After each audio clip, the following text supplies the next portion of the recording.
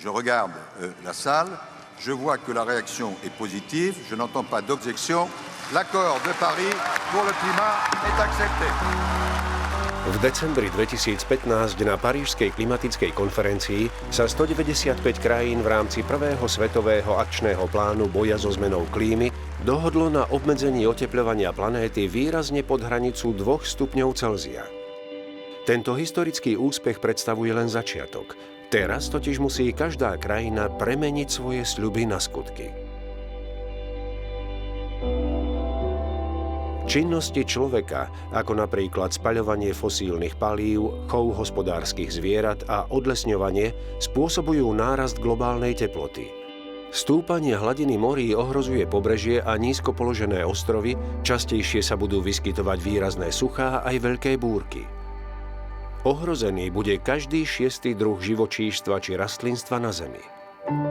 Preto sa krajiny v Paríži zaviazali k riešeniu zmeny klímy prostredníctvom znižovania emisií skleníkových plynov a prijatím opatrení zameraných na prispôsobenie sa neodvratným dôsledkom zmeny klímy. To si vyžiada celosvetovú ekonomickú transformáciu, napríklad uvoľnením potenciálu obnoviteľných zdrojov energie, snahou o udržateľnejšie poľnohospodárstvo, znižovaním emisií z dopravy a zmenami na trhu s elektrinou. Táto transformácia ponúkne nové príležitosti priemyselným sektorom, investorom a inovatívnym firmám.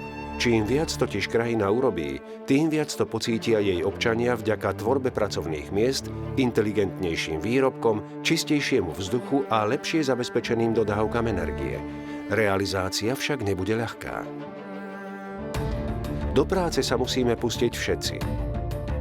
Po celom svete začalo konať vyše 10 000 spoločností, investorov, regiónov, miest a organizácií občianskej spoločnosti. Podujatia súvisiace so zmenou klímy sa organizujú čoraz častejšie. Týka sa to všetkých krajín. Všetky totiž stoja pred úlohou zvyšovania svojej odolnosti voči zmenám životného prostredia. Jedno je isté. Na dosiahnutie globálneho riešenia zmeny klímy je kľúčová medzinárodná spolupráca. Rozvinuté krajiny prisľúbili, že pomôžu ostatným vhodnou technológiou, posilnením inštitúcií a tiež aj finančne.